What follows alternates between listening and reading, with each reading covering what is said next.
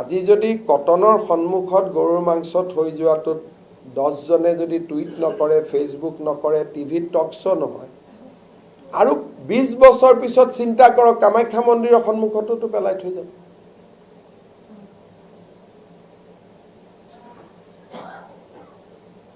এই কথাবিলাকৰ কাৰণে অকল মুখ্যমন্ত্ৰীজন নহয়, আৰু মই একদম বিশ্বাস কৰোঁ এই ঘটনাটো হোৱাৰ পৰা মোক বেয়া কথা বুলি ফোন কৰা 3জন মুছলিম মানুহে, মোক মাত্ৰ 3জন মুছলিম মানুহে ফোন কৰিছে যে এইটো বৰ বেয়া লাগিলে, এইটো হ'ব নালাগিছিল বুলি, এই কটনৰ ঘটনাটোক লৈ। বাকী ধুবুৰী, হোজাই মইতো বাদ দিছোঁ যে সেইখিনি বাৰু তাত মেজৰিটি মাইনৰিটি বেলেগ বেলেগ কথা, কিন্তু কটনৰ দৰে পবিত্ৰ শিক্ষানুষ্ঠান এখনতো ক'তো নাই। আৰু ঘটনাটো বেয়া বুলি মোক ফোন কৰা 3জনো কিন্তু মুছলিম মানুহে, আমাৰ অসমীয়া মুছলিম মানুহে মোক ফোন কৰিছে, আৰু এজন MLA ফোন কৰিছে যে এইটো বেয়া হৈছে, আমি বেয়া পাইছোঁ বুলি। কিন্তু আমাৰতো এইবিলাক একো নাই, আপোনালোকে বেলেগ বেলেগ ফটো তোলাত ব্যস্ত হৈ আছে। আৰক্ষীয়ে কি কৰিব? আৰক্ষীয়ে যদি ধৰি আনি কিবা কাৰণত এনকাউণ্টাৰ এটা হয়, পিছত আপোনালোকে এনকাউণ্টাৰৰ প্ৰমাণ বিচাৰি থাকিব না। আৰক্ষীটো দুইফালে বিপদ।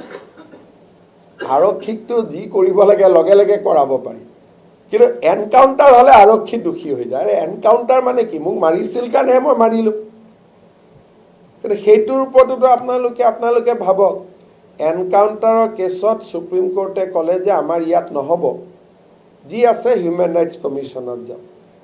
যেতিয়া ইয়াত চলি আছিল এনকাউণ্টাৰত বিপদত পৰিব অসম চৰকাৰ, এনেকুৱা হেডলাইন কেইটা হৈছে, বিপদ মুক্ত হোৱাৰ পিছত কেইটা হেডলাইন হ'ল।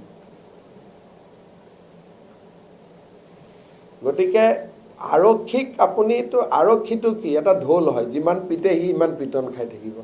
যদি আৰক্ষীক অসমৰ মানুহে কয় যে তহঁতি যি কৰিব লাগে কৰ, আমি পিছত আছোঁ, আৰক্ষীয়ে চব কৰিব। কিন্তু আৰক্ষীয়ে জানে যে মোক এনেকৈ আগুৱাই লৈ যাব, তাৰপিছত মই কামটো কৰাৰ পিছত মোক ইফালে মাছ দিব। তেওঁলোকতো চাকৰি কৰাই মানুহ।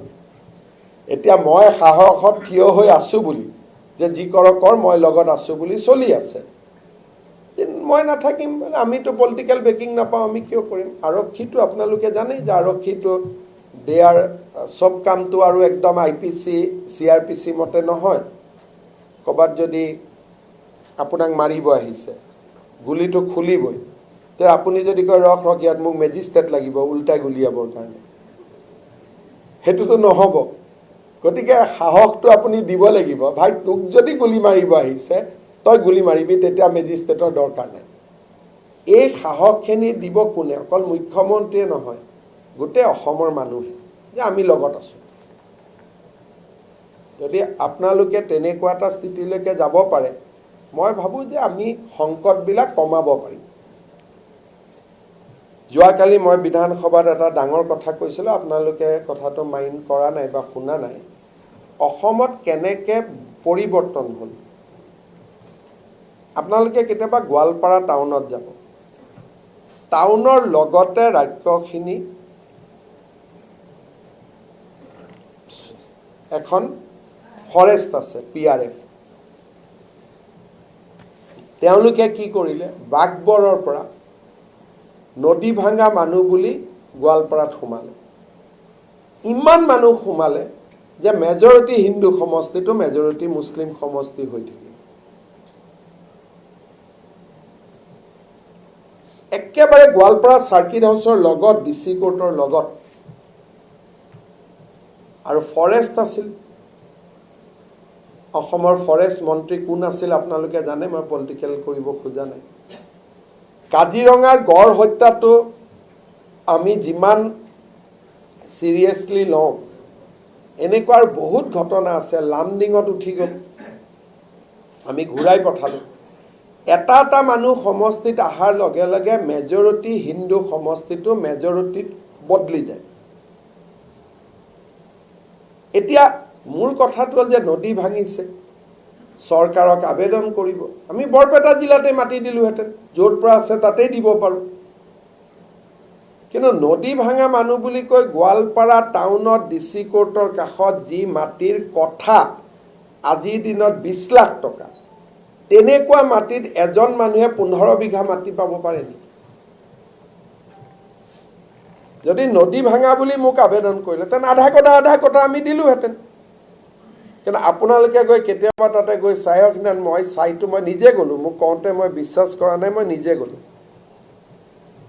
একোজনৰ হাতত 15 বিঘা 20 বিঘা এনেকৈ হ'লেতো নদী ভাঙিলেই ভাল। চৰৰ জেগাত গুৱাহাটীত আহি পেলাই 10 বিঘা মাটি পাই যামতো, নদী ভাঙাই ভাল।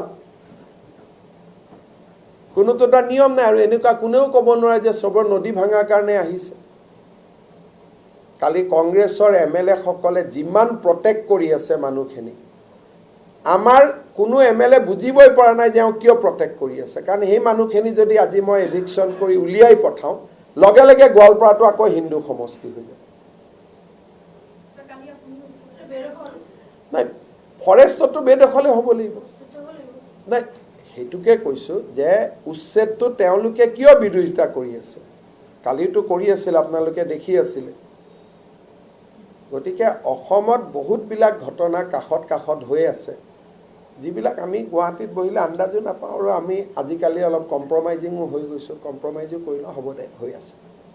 মোৰ কাৰণে 4 বছৰত মই যিমান কৰিছোঁ গৰুখুটিৰ পৰা আৰম্ভ কৰি বুঢ়া পাহাৰৰ পৰা যিমান কৰিব কৰিছোঁ। দিল্লীয়েও বেগ দিছে, যিমানখিনি হৈছে। কিন্তু এটা ষ্টেজৰ পিছত ৰাইজে যদি আগবাঢ়ি নাহে, চৰকাৰ এখনে কৰি থকা বহুত টান হৈ যায়। আজি দেশী মানুহৰ মছজিদেতো দখল কৰি লৈছিল পাণবাৰী, জয়ন্ত মল্ল বৰুৱাক পঠাই মই আকৌ উদ্ধাৰ কৰাই দিছোঁ। গতিকে মই ভাবোঁ যে অসমখনক লৈ চিন্তা কৰাৰ আছে। আৰু এটা আমাৰ কাৰণে সুবিধা কি যে দিল্লীত আমাক সহায় কৰিব খোজে, যদি আমি নিজকে নিজে সহায় কৰিব খোজো। আৰু গোৱালপাৰাত যে ইমান ডাঙৰ কাম এটা হৈ আছে, ময়ো মন্ত্ৰী আছিলোঁ, ইমানবাৰ গোৱালপাৰাত গৈছোঁ, গোৱালপাৰা কোনো মানুহে মোক কোৱা নাই। মই সম্পূৰ্ণভাৱে আন কাকো দোষ নিদিওঁ। 2016ত আমি মন্ত্ৰী হ'লোঁ, তেতিয়াও যদি মোক কোনোবাই মেমৰেণ্ডাম এখন দিলেহেঁতেন, 16ৰ পৰা 25লৈকে অহাখিনিতো ময়ো বন্ধ কৰিব পাৰিলোহেঁতেন। এভিকশ্যন কৰাটো দূৰৰ কথা, আজিতো তাত আৰু নতুনকৈ এটা মানুহ নাহে। মই গ'লোঁ, তাতে ফুল ষ্টপ দি দিলোঁ। থাকাখিনিক এভিকশ্যন কৰাটো এটা আইনী প্ৰক্ৰিয়া, সময় লাগিব, বেলেগ কথা। 16 চনতে যদি মোক কোনোবাই ক'লেহেঁতেন যে ইয়াত আহি আছে, এবাৰ দাদা আপুনি আহি পেলাই, বা সোণোৱাল ডাঙৰীয়াক যদি ক'লেহেঁতেন, বা ৰেভিনিউ মিনিষ্টাৰ যোন আছিল, আমি গ'লে আমি অন্ততঃ প্ৰবাহটো বন্ধ কৰি দিব পাৰিলোহেঁতেন। আমাৰ মানুহে ভাবে যে ক'লে কিজানি আমি ধৰ্ম নিৰপেক্ষ নহয় বুলি ক'ব। তেনেকুৱাও পইণ্ট আজিকালি আমাৰ হৈ গ'ল। গতিকে এইবিলাক থাকে। কিন্তু যি নহওক, লাহে লাহে কালি যিটো ক'লোঁ যে সুপ্ৰিম কোৰ্টৰ যিটো অৰ্ডাৰ 1950, এই অৰ্ডাৰটো দি এতিয়া আমি বহুত কাম কৰিব পাৰিম, ভাল পুছবেকো কৰিব পাৰিম।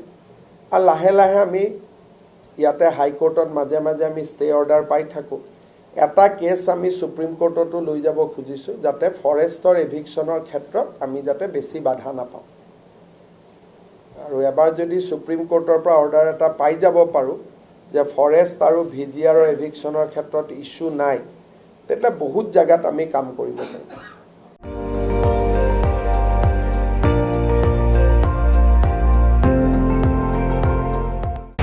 আপুনি চাই আছে ND24, সৰ্বশ্ৰেষ্ঠ নহয়, সৰ্বোত্তমৰ দৌৰ।